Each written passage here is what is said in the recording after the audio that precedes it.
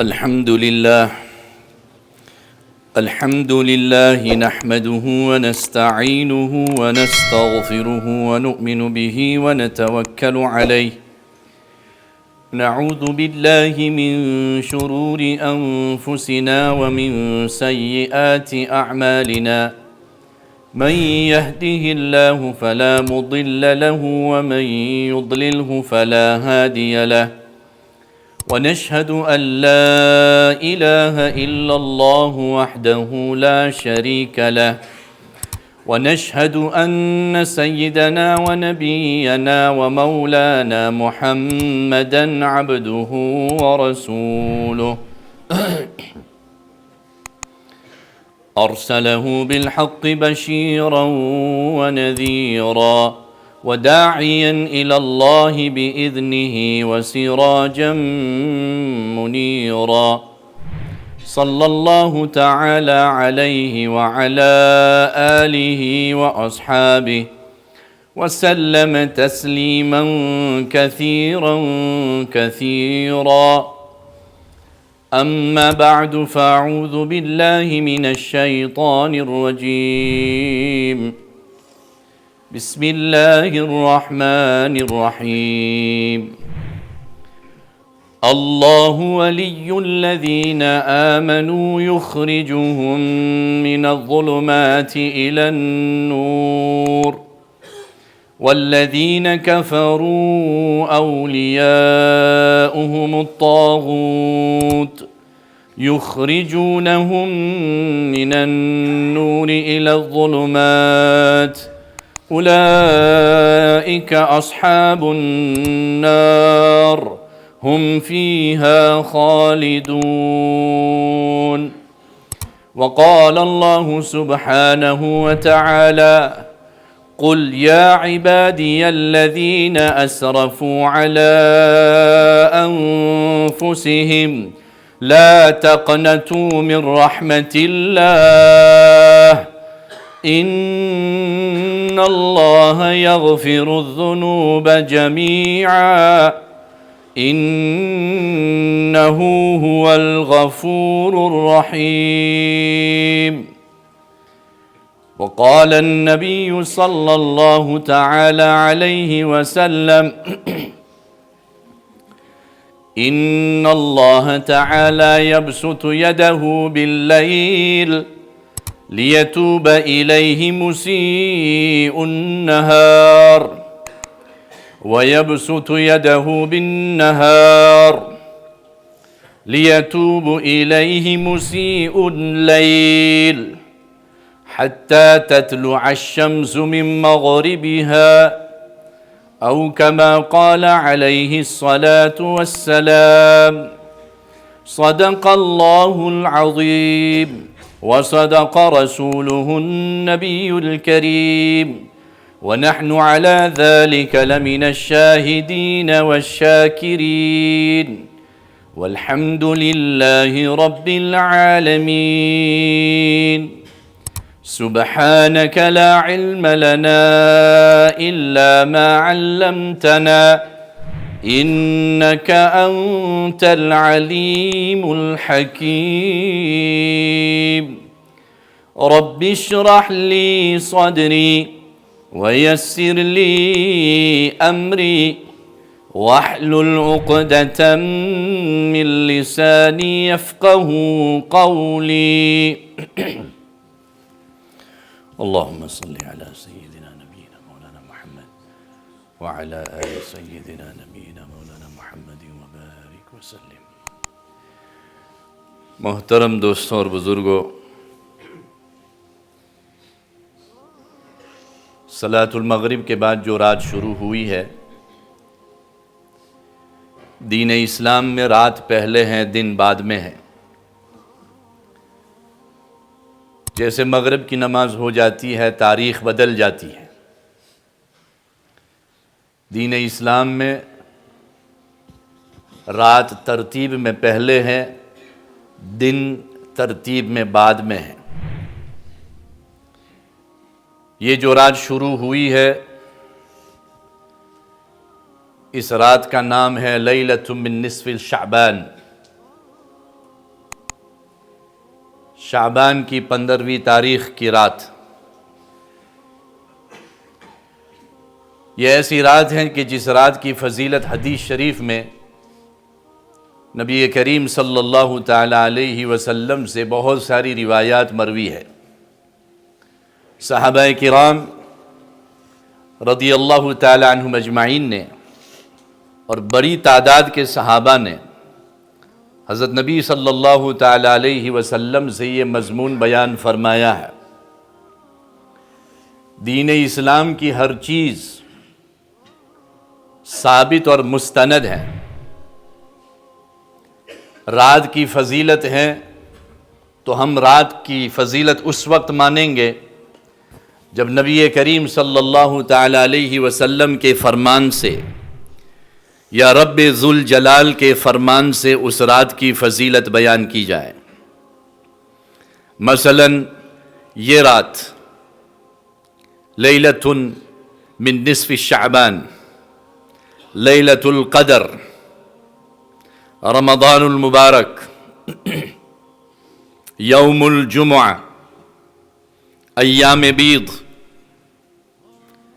یہ کچھ دن اور یہ کچھ راتیں ایسی ہیں جن کا تذکرہ اللہ رب العزت نے قرآن شریف میں فرمایا ہے یا تو نبی کریم صلی اللہ تعالی علیہ وسلم نے امت کو اس کا پیغام دیا ہے۔ دین اسلام کی ہر چیز مستند ہے، دین اسلام کا ہر عمل مضبوط ہے، ہمارا کوئی عمل ایسا نہیں جو کمزور ہے، دین اسلام کا کوئی رکن ایسا نہیں کہ پوری دنیا کے سب ادیان مل کر کے بھی دین اسلام کی تعلیم کا ایک سبق کہ وہ مقابلہ کر سکیں، ہرگز ان سے مقابلہ نہیں ہو سکتا۔ اور اللہ رب العزت گواہ ہیں اس مبارک رات میں کہ پوری دنیا کے جتنے کافر ہیں اور مشرک ہیں، صدیوں پہلے 15 صدیاں پہلے انہوں نے ہاتھ کھڑے کر دیے تھے اور ہار ماننی تھی، انہوں نے مان لیا تھا کہ دین اسلام ہی وہ دین ہے جو عروج پر رہے گا، اور دین اسلام ہی وہ دین ہے جو حق ہے، دین اسلام کے علاوہ جتنا کچھ ہے وہ سب باطل ہے۔ اور قرآن شریف میں اللہ رب العزت نے اس کی وجوہات بھی بیان فرمائی ہے کہ یہ یہود دین اسلام کی حقانیت کیوں قبول نہیں کر رہے، یہ نصارہ دین اسلام کی حقانیت کو کیوں نہیں پہچان سکتے، یہ مشرکین اس روشن ستارے، اس روشن سورج سے دور اور محروم کیوں ہیں۔ اللہ تعالیٰ نے قرآن شریف میں یہ سب چیزیں بیان فرمائی ہے۔ ہمیں خوشی اور فخر اس بات پر ہونا چاہیے اے مسلمانوں کی بڑی جماعت کہ ہمارے پیارے دین کا ہر رکن، ہمارے پیارے دین کا ہر عمل، اس کا تعلق ساتواں آسمان سے اوپر تک کا ہے۔ مسلمانوں کے علاوہ کوئی یہ بات نہیں کہہ سکتے۔ آج کی رات، اس کی فضیلت، اس کا تعلق بھی یہی ہے۔ حضرت نبی کریم صلی اللہ تعالی علیہ وسلم سے صحابہ نے اس کو بیان فرمایا ہے۔ حضرت عائشہ صدیقہ رضی اللہ تعالیٰ عنہ فرماتی ہیں کہ نبی کریم صلی اللہ تعالی علیہ وسلم رات کو گھر میں تشریف لائے اور بستر میں لیٹ گئے۔ تھوڑی دیر کے بعد اللہ کے نبی صلی اللہ علیہ وسلم اچانک اٹھ پڑے اور گھر سے جلدی تشریف لے گئے۔ میری آنکھ کھل گئی، میں نے یہ سوچا کہ نبی صلی اللہ علیہ وسلم کہاں تشریف لے جا رہے ہیں، تو میں جلدی اللہ کے نبی صلی اللہ علیہ وسلم کے پیچھے ہو گئی، لیکن اللہ کے نبی صلی اللہ علیہ وسلم مجھ سے آگے بقیع میں پہنچ چکے تھے۔ بقیع اس قبرستان کا نام ہے جو پوری کائنات میں سب سے افضل قبرستان ہے، جس میں مدفون ہونے کی ہر مسلمان کی امید ہے، جس میں مدفون ہونے کی ہر مسلمان کی تمنا ہے، جس میں مدفون ہونے کی ہر مسلمان کی دعا ہے۔ اور آج تک جو وہاں مدفون ہیں، ہماری نگاہوں میں وہ عند اللہ بہت مقبول لوگ ہیں۔ بقیع الغرقد، مسجد النبوی صلی اللہ علیہ وسلم کی آگوش میں جو مقبرہ ہے، قبرستان ہے، اس کی بڑی فضیلت ہے۔ نبی کریم صلی اللہ تعالی علیہ وسلم نے فرمایا کہ ان کی سفارش میں کروں گا، ان کو قبر میں سوال نہیں ہوگا، وہ قبر سے میرے ساتھ اٹھیں گے، وہ اٹھ کر میرے ساتھ حشر میں حاضری دیں گے۔ اس لیے وہ قبرستان ایسا ہے کہ اس کا مقام بہت اونچا ہے۔ اللہ کے نبی صلی اللہ علیہ وسلم اس قبرستان میں پہنچ چکے تھے۔ حضرت عائشہ صدیقہ رضی اللہ تعالیٰ عنہ بعد میں تشریف لائی، دیکھا کہ رسول اللہ صلی اللہ علیہ وسلم نے اپنے ہاتھ مبارک آسمان کی طرف اٹھائے ہیں، سر مبارک بھی آسمان کی طرف ہے، اور پوری امت کے لیے اللہ کے نبی صلی اللہ علیہ وسلم دعا میں مشغول ہیں۔ حضرت عائشہ صدیقہ رضی اللہ تعالیٰ عنہ فرماتی ہے کہ میں نے میرے دل میں یہ سوچا کہ تیرے دل میں کتنا برا خیال آیا کہ تو نے یہ سوچا کہ نبی صلی اللہ علیہ وسلم شاید اپنی کسی بیوی کے پاس تشریف لے گئے ہوں گے، اور یہ رہے اللہ کے محبوب، اللہ کے ساتھ اللہ کی طرف التجا کر رہے ہیں، متوجہ ہو رہے ہیں، اور پوری امت کے لیے مغفرت طلب کر رہے ہیں۔ یہ سوچتی ہوئی حضرت عائشہ صدیقہ رضی اللہ تعالیٰ عنہ اپنے گھر تک پہنچ آئی۔ اتنے میں پیچھے نبی صلی اللہ علیہ وسلم بھی تشریف لائے، لیکن چونکہ عائشہ صدیقہ رضی اللہ تعالیٰ عنہ جلدی سے گھر پہنچی تھی تو سانس پھول رہی تھی، تیزی سے سانس لے رہی تھی۔ میری اور آپ کی ماں رضی اللہ تعالی عنہ وعنہن، اللہ کے نبی صلی اللہ علیہ وسلم نے فرمایا کہ عائشہ کیا ہوا، سانس بہت پھول رہی ہے۔ حضرت عائشہ صدیقہ رضی اللہ تعالی عنہ نے فرمایا کہ اللہ کے رسول، میں آپ کے پیچھے آئی دیکھنے کے لیے، اور پھر میں گھر لوٹی ہوں تو اس وجہ سے میری سانس پھول رہی ہے۔ نبی صلی اللہ علیہ وسلم نے فرمایا کہ عائشہ، کیا تو نے یہ گمان کر لیا کہ اللہ اور اللہ کے رسول تیرے ساتھ زیادتی کا معاملہ کریں گے؟ پھر اللہ کے نبی صلی اللہ علیہ وسلم نے فرمایا کہ آج شعبان کی 15ویں رات ہے، میں آ کر لیٹ گیا تھا، اتنے میں جبریل علیہ السلام تشریف لائے، اور جبریل علیہ السلام نے مجھ سے یہ فرمایا کہ اللہ کے رسول آپ تشریف لائیے، یہ بہت مقدس رات ہے شعبان کی، اس رات میں اللہ تعالیٰ امت کی مغفرت فرمائیں گے، آپ دعا فرمائیں امت کے لیے، اور بقیع الغرقد میں جو مدفون ہے ان مرحومین کے لیے آپ دعا فرمائیں۔ جبریل امین علیہ السلام نے نبی صلی اللہ علیہ وسلم سے یہ فرمایا کہ یہ وہ رات ہے جس رات میں اللہ تعالیٰ امت میں بہت بڑی تعداد کی مغفرت فرمائیں گے۔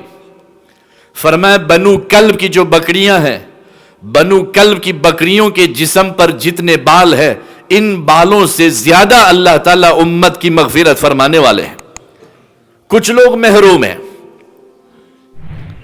جو مشرکین ہیں ان کی مغفرت اللہ نہیں فرمائیں گے، جو دل میں کینہ رکھتے ہیں، دشمناوت رکھتے ہیں، اللہ ان کی مغفرت نہیں فرمائیں گے، جو شراب پیتے ہیں، نشہ لیتے ہیں، اللہ ان کی مغفرت نہیں فرمائیں گے، ماں باپ سے جو زیادتی کرتے ہیں اللہ ان کی مغفرت نہیں فرمائیں گے، جو اپنے لباس کو تخنوں سے نیچے پہنتے ہیں اللہ ان کی مغفرت نہیں فرمائیں گے۔ یہ باتیں جو میں نے آپ کو بتائی یہ بہت ساری حدیثوں کا خلاصہ ہے، کہ حدیثوں میں یہ مضمون ہے کہ یہ رات مغفرت کی رات ہے، یہ رات تقدس کی رات ہے، عظمت والی یہ رات ہے۔ اس رات میں بہت بڑی تعداد میں اللہ رب العزت امت کی مغفرت فرمائیں گے، کچھ لوگ محروم رہ جائیں گے۔ یہ رات اللہ کی طرف متوجہ ہونے کی ہے۔ My dear respected brothers and elders in Deen, tonight is the night of 15th of Sha'ban. In Islam, the day follows the night precedes the day. So it is already the 15th night. Tomorrow will be the 15th day of the blessed month of Sha'ban. The virtue of this blessed night has been mentioned by Rasulullah sallallahu alayhi wasallam in many narrations. An entire group of Sahaba, they narrate the virtues of this blessed night. Hence, nobody can refute, nobody can reject the blessedness of this night.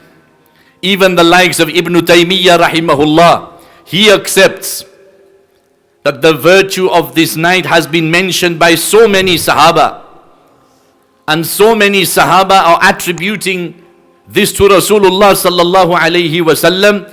So the virtue of this night, the blessedness of this night cannot be ignored, cannot be rejected. Unfortunately, many in the Arab world, they reject the virtue and blessing of this night, and they do this out of their ignorance. And I'm sure you know this by now, and I'm sure you are now convinced that everything that happens in the Middle East or in the Arab world is not correct. Would you agree? Bolo bhai. Jazakumullah. Everything that happens in the Arab world is not in accordance to the Quran and Sunnah. It is very easy to claim that we speak the language of the Quran, we speak the language of Rasulullah sallallahu alaihi wasallam. We are the offspring of Nabi sallallahu alaihi wasallam. We are the offspring of the Sahaba kiram. We have the same names and titles. We from their tribes and their families. It is very easy to say. But then you have to talk the talk and you have to walk the walk. I'm sorry, we find it difficult to believe that you are from the progeny of Nabi sallallahu alayhi wasallam when we see mushrikeen standing before the Rawda of Rasulullah sallallahu alayhi wasallam. I'm sorry, we find it difficult to believe that you have in-depth knowledge of the Quran and Sunnah like you claim, because of your native language, Arabic. When we see mushrikeen entering the Haramain al-Sharifain, I'm sorry, we find it difficult to accept and to believe that you are treading the path of Allah and His Rasul sallallahu alaihi wasallam, and you are adherent to the teachings of Nabi sallallahu alaihi wasallam and the Salaf-e Salihin. When we see that the teachings of Nabi sallallahu alayhi wasallam are banished day and night from your countries, from your communities, from your societies, I'm sorry, we find it difficult to believe. Even the language that you speak today is very different to the language Allah revealed in the Quran Sharif. It is a very different language than the language spoken by Nabi sallallahu alaihi wasallam. So even in language, you are far distant from that. There are very few of you that have a true understanding of classical Arabic revealed by Allah Azza wa Jal, spoken by Nabi sallallahu alayhi wasallam, and spoken by the coolness of our eyes, the Sahaba kiram radiyallahu anhum ajmain. I'm sure you get the point. What's happening around the world day by day is reinforcing this point, that the people of the Middle East and the Arabs, they cannot claim that they are on Sirat-e Mustaqim. And everything that comes from the Middle East is not in accordance to the Quran and Sunnah. Because a lot is happening. As we sit here tonight, they have scholars or so-called scholars, intellectuals sat on desks behind rooms, misinterpreting the words of the Quran Sharif, removing verses of the Quran Sharif, removing chapters of the Quran Sharif as we speak. As we sit here tonight, there are huge teams of paid individuals who are preparing a translation of the Quran which goes against the translation of Nabi sallallahu alayhi wasallam and the Sahaba kiram.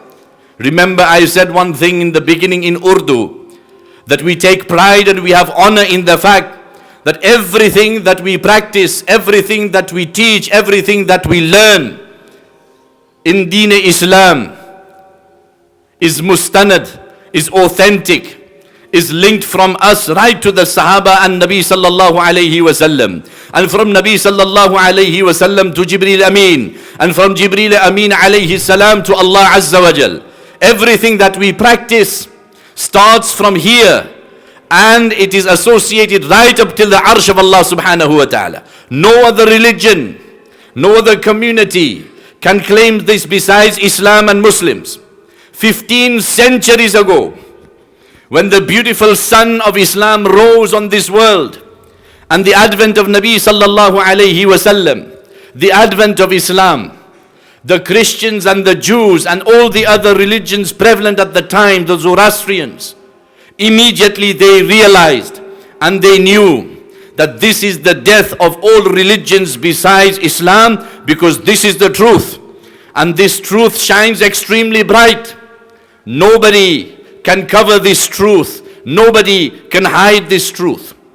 So this night of Sha'ban, 15th of Sha'ban, it is established from the ahadith of Nabi sallallahu alaihi wasallam.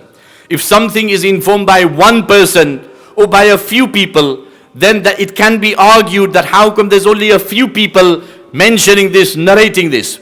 But when you have at least 17 Sahaba kiram radiyallahu anhum ajmain, 17 Sahaba or more that say that the 15th night of Sha'ban is blessed because Nabi sallallahu alaihi wasallam said it's blessed, because Jibreel alayhi salam informed him it's blessed, and Allah instructed Jibreel alayhi salam.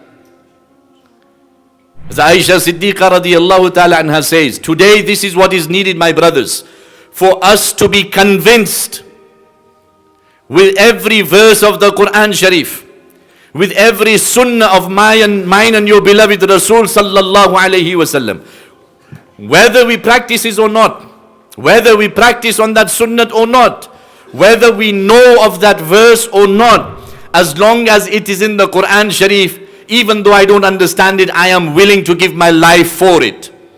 The time has come when we as a Muslim community, we will say, without evidence, even though we have tons of it, but unfortunately, the capacity in the human race is not there from the Ahlul Batil, whom we can sit with and explain to them the tons of evidence that we have. The capacity does not exist. It has become a pointless exercise. So now we say, whether you find it comfortable or uncomfortable, whether you agree or disagree, we say one thing: without evidence and without explanation, we believe in every verse of the Quran Sharif. We believe in every sunnah of Nabi sallallahu alaihi wasallam, and we believe and we want to follow and we want to practice every instruction of Nabi sallallahu alaihi wasallam and the Sahaba kiram. We as the ummah of Nabi sallallahu alaihi wasallam, primarily we take instruction from Allah. Thereafter we take instruction from Rasulullah sallallahu alaihi wasallam. Thereafter we take instruction from the best of people of this ummah, and they are the Sahaba kiram radiyallahu anhum ajma'in. Hence, we will not tolerate anyone who criticizes anything of any Sahabi. Very easily, very convincingly, very quickly, we will stand in defense of the Sahabi and the Amal of the Sahabi, and we will try our utmost best to push this individual out of the realm of Islam, because a Muslim will not and cannot disrespect the Amal, the actions of the Sahaba. They cannot disrespect the teachings of the Sahaba. They cannot disrespect any Sahabi, because this is an usul, a principle which has been accepted by this entire ummah, right from Nabi sallallahu alayhi wasallam to the present day. As-sahabatu kulluhum adul, that each and every Sahabi has been in the protection of Allah Azza wa Jal. Nobody can question, nobody can doubt the integrity of a Sahabi. No sooner a person questions the integrity of a Sahabi, then we will question whether that person is a Muslim or whether that person is a non-Muslim. और हमेशा ऐसा ही हुआ है. जिस कम नसीब ने किसी सहाबी रदियल्लाहु ताला अन्हु की जात पर उंगली उठाई है, तहकीक करने के बाद ये ही पता चला है कि हकीकत में ये मुसलमान नहीं है, ये मुनाफिक है. मुसलमानों के लिबास में और मुसलमानों के जाहिर में ये मुसलमानों में घुस चुका है. इस जमाने में भी ऐसे मौजूद है जो हमारे साथ हमारी मस्जिदों में बैठते हैं, हमारे साथ नमाजें भी पढ़ते हैं, अपने आप को ऐसे पेश करते हैं कि we are from you and you are from us. हम तुम्हारे अंदर से है और तुम हमसे हो, हम भाई भाई है. लेकिन इनका हाथ अहले बातिल के साथ मिला हुआ है। इनका मकसद मुसलमानों के जिस्म को खोखला करना है। नबी सल्लल्लाहु अलैहि वसल्लम के जमाने में ये हुआ है, तो इस जमाने में भी ये बदर्ज औला होने वाला है। जिस जमाने में आसमान से खबर आ रही, उस जमाने में भी ऐसे लोग रहे हैं। तो जिस जमाने में आसमान की खबर बंद हो चुकी है, वही के दरवाजे बंद है, उस जमाने में भी बदर्ज औला ऐसा होगा। So I was explaining that the blessedness of this night cannot be rejected or refuted. If they don't believe it in the Middle East, then that is their business, not mine and yours. As far as we are concerned, it's established from the Sunnah of Nabi sallallahu alaihi wasallam.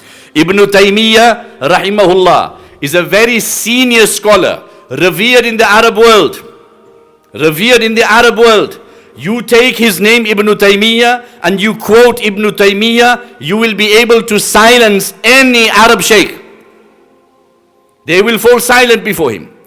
But when they pick and when they choose, Ibn Taymiyyah has said this, that we like, we will accept.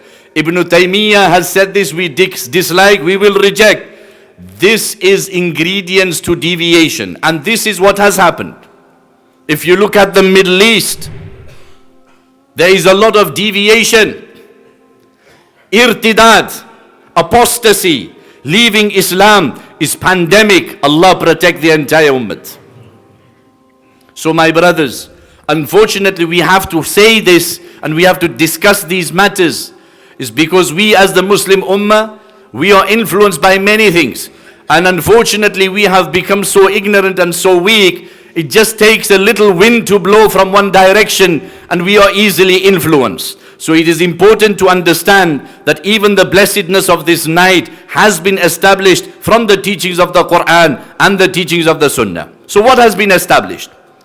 As Aisha Siddiqa radiyallahu ta'ala anha explained, Nabi sallallahu alayhi wasallam came to my dwelling and he took off his garb, his blessed garb, and he rested on the bed.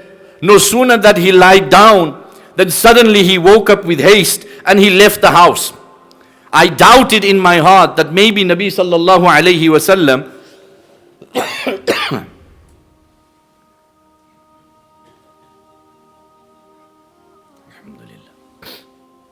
maybe Nabi sallallahu alayhi wasallam is visiting one of the other wives.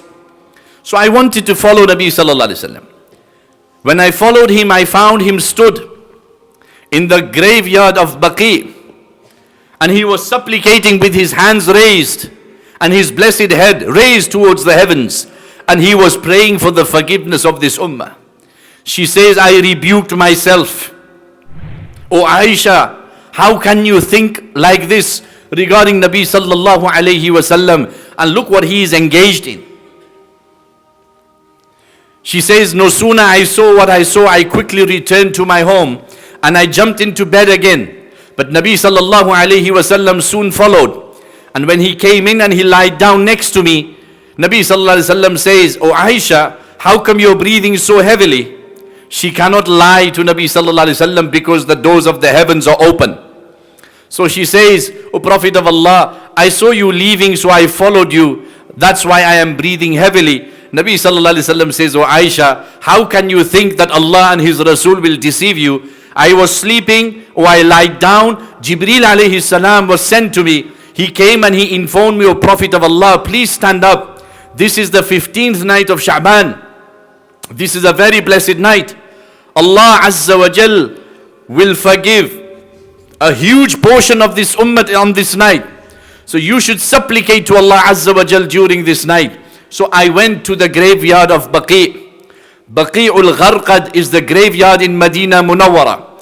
It is called Baqi'ul Gharqad because of a particular type of tree that grew in that area.